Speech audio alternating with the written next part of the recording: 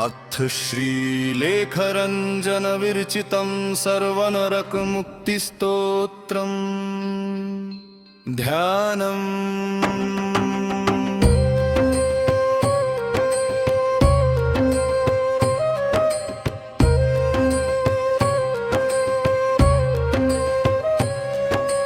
करुणासागरं देवधर्माधर्मविवेचकम् यमदूतभयत्राता विष्णुरूपं दयानिधिं शङ्खचक्रगदा पद्मधारिणं पीतवाससं नरकत्रयतारकं वन्दे मुक्तिप्रदायकम् नरकाणां भयच्छेदपापपाशविमोचनं स्मरणेनैव यः पुंसां ददाति परमां गतिं। विनियोगः विनियोगः विनियोगः विनियोगः विनियोगः विनियोगः विनियोगः विनियोगः। अस्य सर्वनरकमुक्तिस्तोत्रस्य ऋषिलेखरञ्जनः छन्दः अनुष्टुप देवता श्रीनारायण सर्वनरकविमोचकः विनियोग सर्वनरकभयनाशन पूर्वक मोक्षप्राप्त्यर्थं जपे विनियोगः। करन्यासः करन्यासः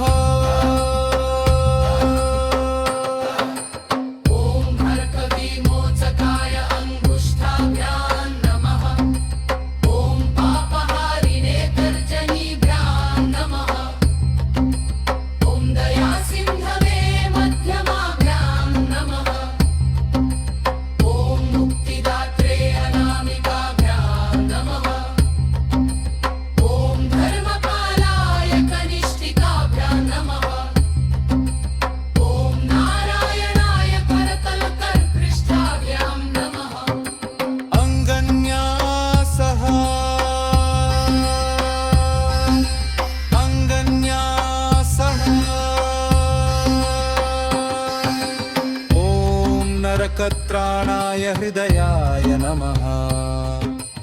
ॐ पापविनाशिने शिरसे स्वाहा।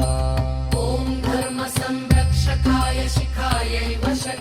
ॐ करुणानिधये कवचाय हुं हुं। ॐ मुक्तिप्रदाय नेत्रत्रयाय वौषट्। ॐ नारायणाय अस्त्राय फट्। स्तोत्रम्। नमो नारायणायाद्य नरकत्राणकारिणे। स्मृतिमात्रेण येनैव मुच्यते पापकर्मभिः कामिस्रादिनरकघोरान् रौरवादीन् भयङ्करान् तव नाम स्मृतिं कृत्वा न याति मनुजो ध्रुवम्। कुम्भीपाकमहाघोरं कालसूत्रं दुरासदम् त्वन्नाम कीर्तनादेव नश्यन्ति पापनाशनम्। असिपत्रवनादीनि दुःखस्थानानि दारुणम् त्वत्पादपङ्कजस्मृत्या नश्यन्ति क्षणमात्रतः। लैतरण्यां महाघोरे पुयोदादौ भयङ्करे भक्तानां कारणार्थाय त्वमेव शरणं प्रभो। अवीचादिनरकान् सर्वान् शुचिमुखसमन्वितान् लेखरञ्जनकृतं स्तोत्रं पठन् मुच्येत बन्धनात्। फलश्रुति यः पठे संहाय नित्यं रातसायं समायः। नरकतनान् भयात् मुक्तः स याति परमां गतिम्। पापकोटिसहस्राणि नश्यन्ति स्मरणादपि। लेखरञ्जनकृतं स्तोत्रं सर्वनरकनाशनम्। श्रद्धया यः पठे भक्त्या शृणुयाद्वा समाहितः। सर्वपापविनिर्मुक्तो विष्णुलोकं स गच्छति।